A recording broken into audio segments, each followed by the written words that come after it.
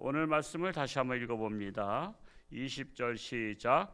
너는 권고를 들으며 훈계를 받으라. 그리하면 내가 필경은 지혜롭게 되리라. 권고를 듣고 훈계를 받으라. 많은 사람들이 듣기는 들어요. 근데 받지는 않아.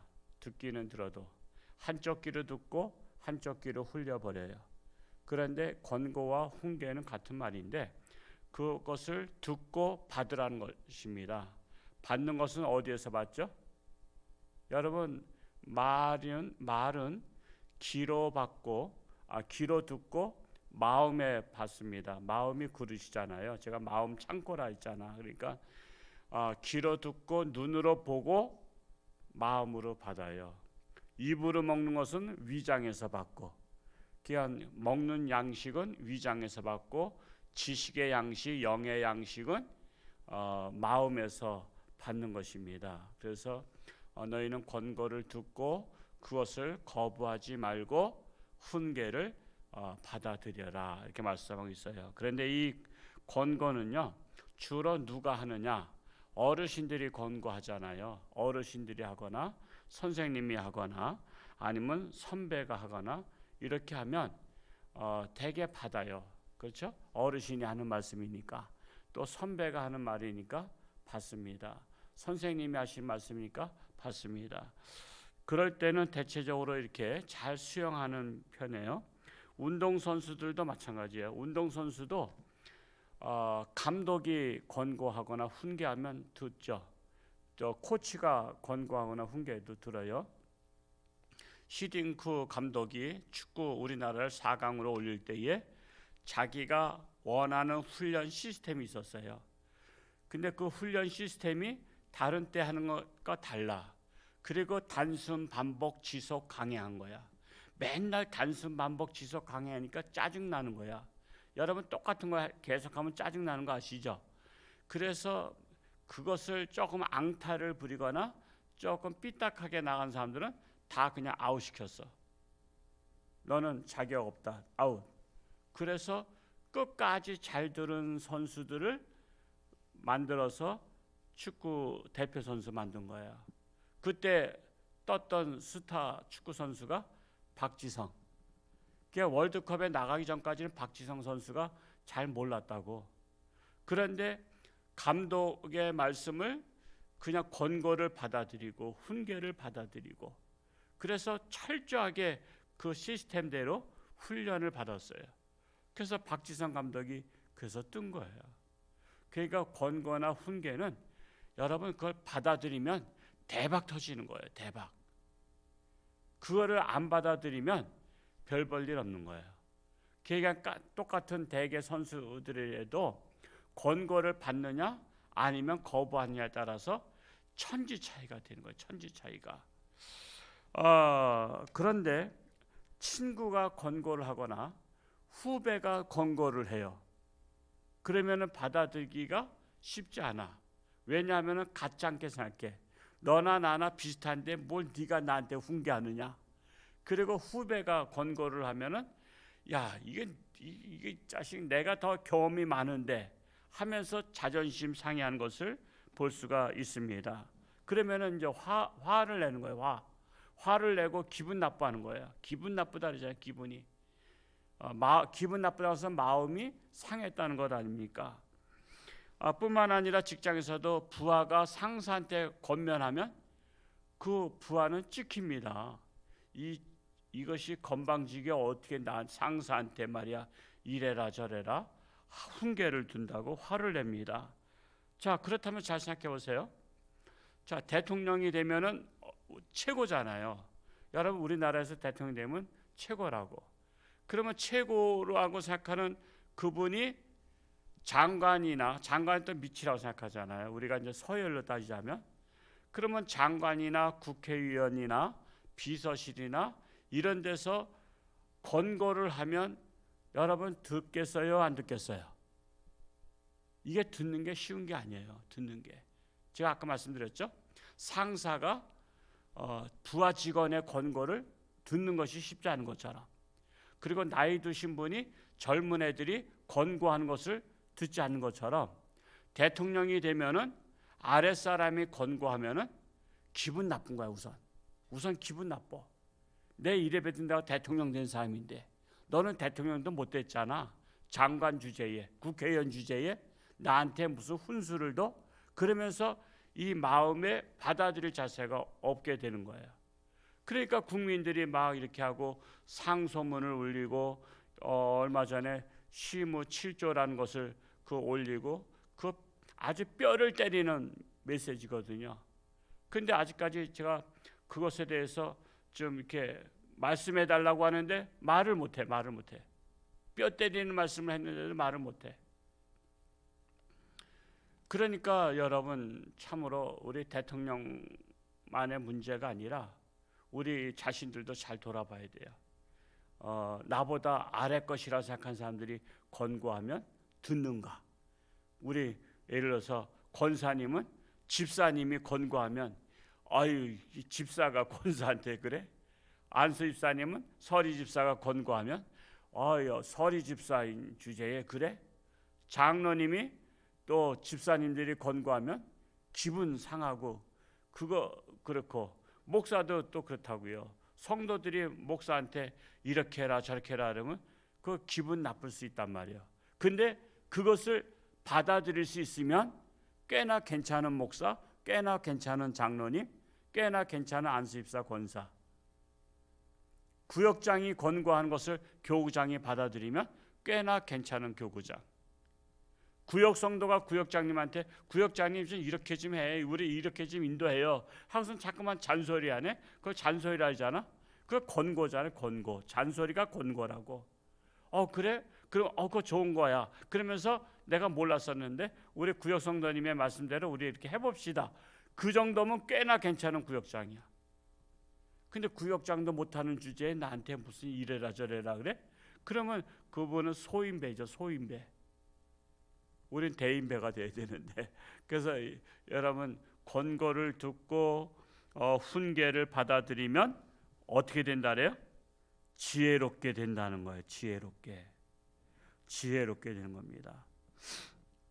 그래서 이 훈계를 거부하지 말라는 거예요. 지혜로운 자가 되라는 거예요. 지혜로운 자를 다른 말로 표현하면 분별력이 있는 거예요. 분별력이 있다는 것은 뭐죠?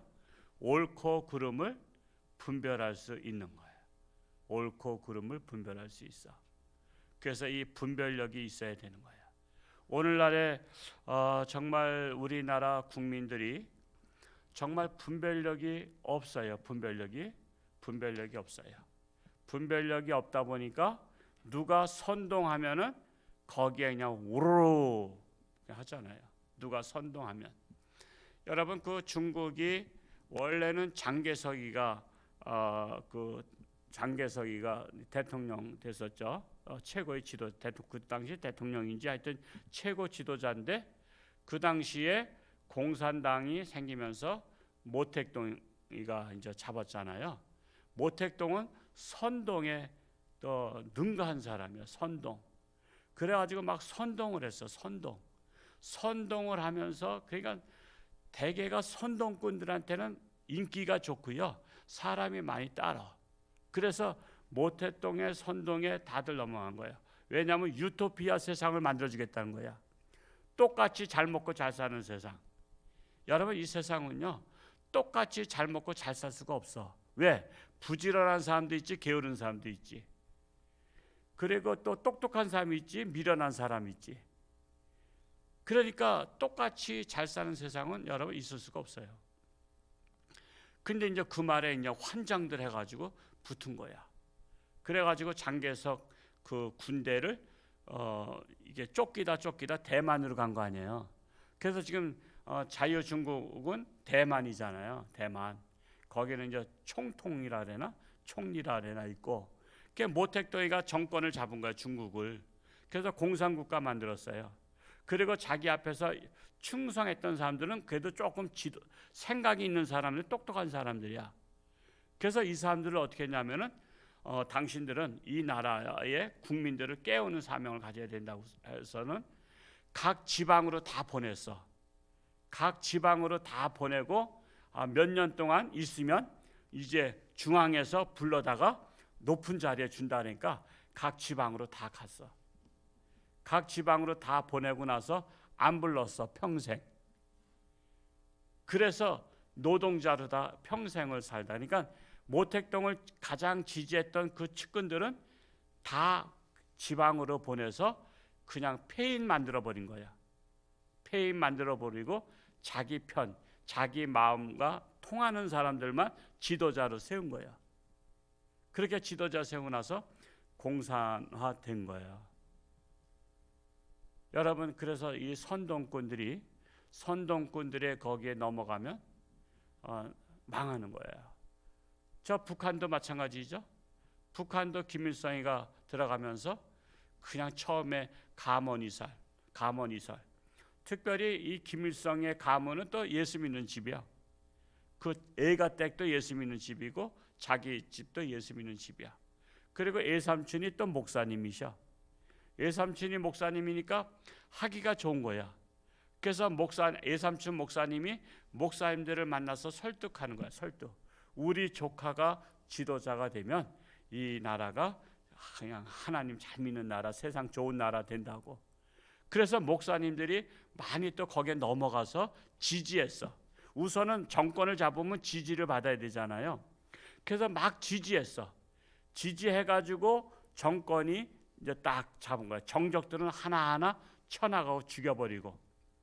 그 당시에 조만식 장로님도 지지하지 않으니까 그냥 지도새도 모르게 잡아다가 죽였잖아요. 그 조만식 그 장로님은 어디에 묻었는지도 몰라. 그런데 이렇게 하다가는 안 되겠다. 더 이상 희망이 없다. 그래서 한경직 목사님 같은 경우는 그 당시에 높은 직위 주겠다고 손잡자고 김일성이가 그랬었어요. 그런데 한경직 목사님 분별력이 있는 거예요. 저거 가문이설이고 저거 위선자다. 안 되겠다. 이 나라 공산주의 되면은 우리 다 핍박받겠다. 그래서 성도들한테 우리 남으로 내려가자. 그러니까 6.25 전쟁 전에는 6.25 지나고 나서부터 철책선을 철저히 한 거죠. 6.25 전쟁 전에는 그냥 편말만 꽂아놨어요. 38선이라고. 그러니까는 그리고서는 이게 군인들이 여기 뜨문뜨문 지키잖아요. 그러니까 그 루트를 아는 사람 안내원한테 돈을 주고서는 그 목사님하고 성도님들이 피난 보따리를 싸고서는 6.25 전쟁 전에 남한으로 내려오신 거예요. 27가정인가 몇 가정인가 내려오셔서 남한에서 교회부터 세우신 거야. 교회부터. 그렇게 해서 지금 영락교회가 된 거예요. 영락교회가. 그러니까 목사님 말씀 듣고 따라온 사람들은 남한에서 자유를 누리고 사는 거야. 그런데 다른 또 넘어간 목사님, 그 가문이설에 넘어간 목사님들의 성도들은 우리 또 목사님 믿고서는 그냥 북한에서 있다가 공산 정권이 딱 안정 찾고 나서 제일 먼저 때려 부순 게 교회예요. 목사님들 잡아가고 행방불명되고. 그래서 교회를 싹 없애버린 거예요. 그래서 지금 김일성 동상 있는 데가 산정형 교회라잖아요. 우리가 교회를 이겼다고, 하나님 이겼다고. 그래서 교회를 때려부시고 그 자리에다가 김일성 동상을 세워서 외국에서 오면 다 참배하게 하는 거예요. 김일성이가 하나님을 이겼다고. 그래서 하나님의 자리에 김일성이가 들어가 있는 거예요. 지금 우리나라 지금 이민이 엄청 가고 있는 거 알고 계신가요? 지금 엄청 이민 가고 있어요. 사실은 더 이상 우리나라 희망 없다고. 그게 뉴스에 안 나와서 그러죠. 지금 있는 사람들은 다 지금 이민 수속 밟고 있어요. 하다못해 삼성도 지금 다른 데로 빼 나가려고 하고 있어요. 삼성도. 왜? 삼성 지금 뺏으려고 자꾸만 하니까. 지금 삼성 계속 고소하잖아요. 계속. 그래서 구속시키면 뺏는 거예요. 구속시키면. 여러분 63빌딩 대한생명이 최순영 장로님 또 제가 또 햇불에 있기 때문에 알아. 그 햇불에. 근데 구속시키고 나서 그거 뺏은 거예요. 구속시키고 나면은 법적으로 대항할 수 있는 그게 이 당사자가 딱 감옥에 있으면 어떻게 대처할 수가 없어요. 그리고 나서 대한생명 뺏은 거예요. 저는 그걸 알아요. 제가 정권은요 꼭 공산권에서만 그렇게 뺏는 건 아니야. 우리나라에서도 합법적으로 빼서 구속시키고 법적으로다가 당신네 잘못됐다 그러면서 해체시켜버리는 거예요. 지금 우리나라 삼성 해체되면요, 삼성이 우리나라 국가 경제 20%를 감당하고 있죠. 그래서 삼성도 자꾸만 지금 외국에다가 중국에다 갔다가 중국도 또 공산당 나라니까 또 이거 이용해 먹으니까 베트남으로 빼고 지금 외국에다 계속 기업을 빼고 있어요. 왜? 우리나라에 있다가 다 뺏기겠다고 하니까. 그래서 우리가 국민들이 분별력이 있어야 되는 거예요. 분별력. 그래서 돈 있는 사람들은 이민 가고 그러는 거예요. 우린 이민 갈 능력도 안 되잖아. 보통 이민 가려면 한 최소한 2, 3억 이상 또 있어야 되니까 가잖아. 그래서 이민 가지 않고 잘 살 수 있는 세상이 되려면 분별력이 있어야 된다. 분별력.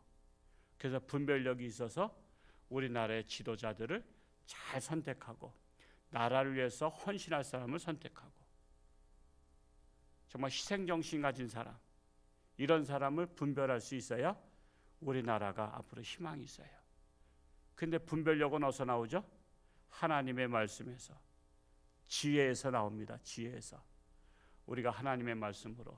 그래서 여러분 요즘에는요 전도도 포괄적 차별금지법이 이제 통과되면 전도도 못해요. 이제 전도 못합니다. 그리고 이제는 지금 계속 훈련 단계예요. 공무원들이나 이제 군인이나 교회 가지 마 그러면 못 가게 돼 있어요. 요즘은 통신하면 어디 있는지 위치 추적이 다 되잖아요. 지금 교회 가지 못한다 그러면은 못 가는 거예요. 앞으로 그런 세상이 돼요. 그럼 전도를 못해. 그래서 이제는 어떻게 해야 돼요?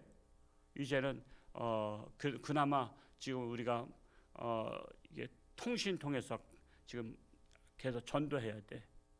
여러분 우리 말씀을 들으면 나 혼자만 갖고 있지 말고 내가 전도할 대상들한테 전달할 수 있게 바랍니다. 그냥 메시지를 나 혼자만 받는 게 아니야. 제가 우리 교인들 이렇게 딱 보면 뭐 제가 설교를 잘하는지 못하는지 모르겠어요. 하여튼 뭐 하나님의 말씀대로 제가 설교를 하려고 노력하는데 주일날 메시지를 설교를 하면 밴드에 올리잖아요. 근데 보면은 접속하면 알잖아요. 보통 뭐 한 40여 명 접속했다 그러면 우리 교회 나오신 분은 100명도 안 되는데 40명, 140명. 우리가 지금 장년부가 한 300여 명 된다, 청년들까지. 그러면은 반 이상은 접속을 안 하고 있는 거잖아요. 그러면 말씀도 안 들어, 교회도 안 와. 그러면 이제 그러면 영적으로 배고픈 사람이 되면 병든 사람이 되는 거잖아요. 여러분 매일 굶어 보세요. 병들죠. 그러니까 말씀이라도 떠다 먹여야 되잖아. 그러니까 여러분 교구장이나 구역장은 말씀을 들으면 나 혼자 교회 와서 들었으니까 나만 먹고 살겠다고 하면 안 되고 이것을 누구한테 떠줄까 해서는 참 퍼날라야 돼요. 퍼날라야 돼. 그래서 전도할 대상자들한테 퍼날르고 내 사랑하는 성도들 결석하는 자들한테 퍼날르고 이런 사명을 구역장이나 교구장이나 회장님들이 하셔야 되는데 그 마인드가 별로 없어요. 그 마인드가. 그게 안타까운 거야. 왜? 애들은 자기만 먹잖아요. 자기만. 애들은 남들한테 안 나눠주잖아. 그래서 애들 신앙이라는 거예요. 애들 신앙. 근데 어른은 다 고루고루 나눠주잖아요. 얘도 먹여줘야 되고 쟤도 먹여줘야 되고. 그런 것처럼 우리가 어른 신앙이 돼야 돼요. 아직도 애들 신앙으로. 그게 나이는 들었지만 생각이 짧으면 성인 나이라 하잖아요. 걔가 아직도 성인 나이 신앙으로 있는 거야. 그래서 우리가 성인은 성인답게 생각도 성인다워야 돼. 그게 바로 지혜로운 자예요. 오늘 오신 저와 여러분들이 하나님의 말씀을 권고를 훈계를 받고 지혜로운 자가 될 수 있기를 축복합니다. 기도하겠습니다. 할렐루야. 고맙고 감사하신 아버지 하나님, 참으로 권고를 듣고 훈계를 받아야 지혜가 생긴다고 했습니다. 우리는 윗분들의 말씀만 듣는 것이 아니라 때로는 친구들의 말에도 귀담아 듣고, 때로는 자식들의 말에도 귀담아 듣고, 후배들의 말에도, 아랫사람의 말에도 귀담아 들을 수 있는 열린 귀가 되게 하여 주옵시고, 그 말씀이 때로는 뼈를 때리는 말씀 같아도 그것을 소화하고 받아들이면 나에게 지혜가 생성될 줄로 믿습니다. 우리 영천주안교회가 지혜로운 성도들 되게 하시며, 더 나아가 한국교회가 지혜로운 성도들이 되기를 원합니다. 이 백성들이 지혜로워서 분별력이 있기를 원합니다. 우리나라가 어디로 가고 있는지 분별할 수 있는 분별력을 허락하여 주옵소서. 그리하여 이 땅에 하나님의 나라가 실현되게 하시고 하나님의 말씀으로 다스리는 나라가 되게 하여 주옵소서. 오늘도 저들 삶 가운데 함께 하시고 어디로 가든지 무엇을 하든지 하나님께서 지켜 주옵소서. 또한 육신의 질병으로 고통당하는 사랑하는 교우들 불쌍히 여기시고 능력의 손길로 안수하여 주옵소서. 예수님의 이름으로 축복하며 기도하옵나이다. 아멘. 하늘에 계신 우리 아버지, 아버지의 이름을